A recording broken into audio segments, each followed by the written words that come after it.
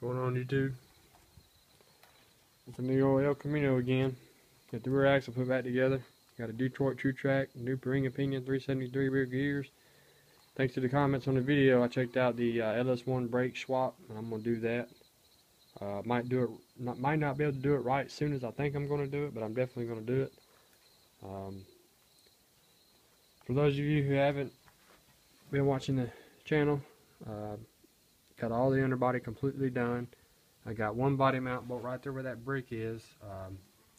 I got to fix the cage nut, or just cut the cage nut out of there and fix it. I'm not going to go through the full like they said. What I'm going to do is I'm just going to drill a small hole in the side and run a nut on top of it. All grade 8 hardware.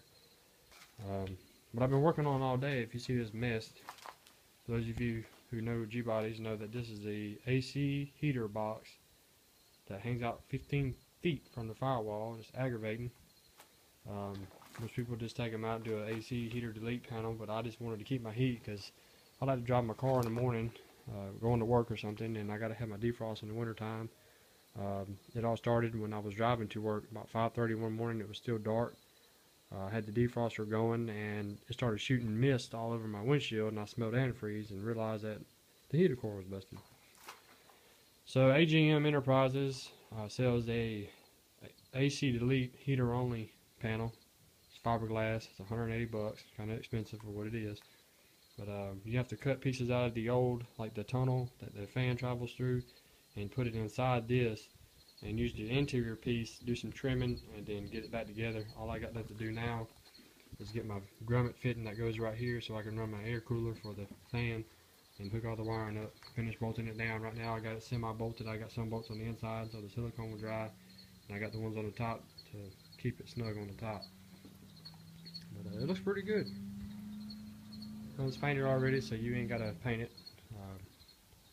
All this is real dirty, but all this has been recently painted. It's been sitting here for a while. It's got dust all over it, but a wash job won't hurt. You can see the whole car has been sitting here for a while. I moved my garage recently and haven't decided on if I want to keep it here or move it to another location. But if I leave it here, I'm going to get some concrete because this is just aggravating. Dashboard's out. It's out getting wrapped. I did a tune-up on the guy's truck that does this, and he charged me $75 to wrap it, which is mainly materials. But gonna fix up my wiring. Already got some of it done. This is the air conditioning stuff. What I'm gonna do here is go through every one of my vacuum lines and check them, because it wouldn't cycle through the vents. It only had defrost and floor, which really it doesn't matter because that's all I'm gonna be using anyways. But still like to have it all working since I got it all down. But that's what's going on with it. Once I get this done, I'll be able to cut my floor, hole in the floor for my floor shifter for the Tremec TKO 600. The engine is done, ready to be installed. I got it in my buddy's shop. That way it won't rust or anything like that, or get stole. But I'm running the Dakota Digital VHX line digital dash. Got needles instead of numbers. The numbers kind of aggravate me because they bounce all over the place and you really can't accurately read them. But if I wanted numbers, I'd get me a what was that, the Berlinetta Camaro, whatever you call it. Hell, I don't know. Never been a Camaro fan really. But that should be in sometime. I know that I got it on back order for summer racing, so I guess they'll send it when they get it. But fixed a little bit of the rust holes on the top there. Other than that, I got to finish painting that tunnel right there. Just recently cleaned the grease off from the transmission. Had the 204R. Figured a little update.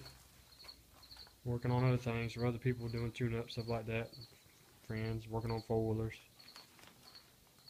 That's what's going on with it. Got the front clip sitting in front of it. Got to do some epoxy priming to the interior fenders of it and get my HID headlights installed. I got them in the house. It's got all new suspension parts front to back. Our steering rebuild kit sitting in the house too. I got to get it put on. Everything you see, even the pitman arm, is going to be brand new. From tie rod end to tie rod end. Even the pitman arm, idler arm, center link, everything.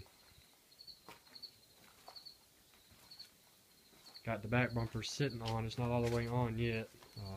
Gonna have to put the wiring harness for the lights back up there before I do that, and the undercoating was still a little damp, so I didn't want to get too happy with it. The front bumper is in the shed. It's already done. But I'm impressed with this. If anybody wants an alternative to removing their AC but being able to have heat, there is an alternative. It's a little expensive, but it's going to be well worth it.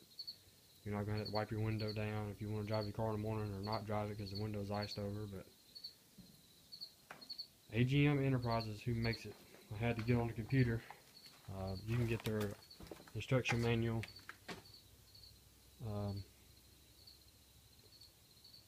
in the kit, but I got it online. Seems to be a lot easier to read because some of the ink was smeared. But it just tells you from removing it. You can do it with the inner fender well out. But you can see that 1978 through 88 G-body AC delete cover and installation instructions. www.acdelete.com. That's who carries it, and they have them for many different vehicles. But this was specifically designed to run big block cars, so to clear the valve cover. As you can see that provision, you can clearly tell how it's made. It's not smooth, it's just got heels in it. You can use these motor mounts and just drop a big block in here. As a matter of fact, the car they're doing it on in the website is got a 454 in it. But, that's what's going on YouTube. Give y'all an update.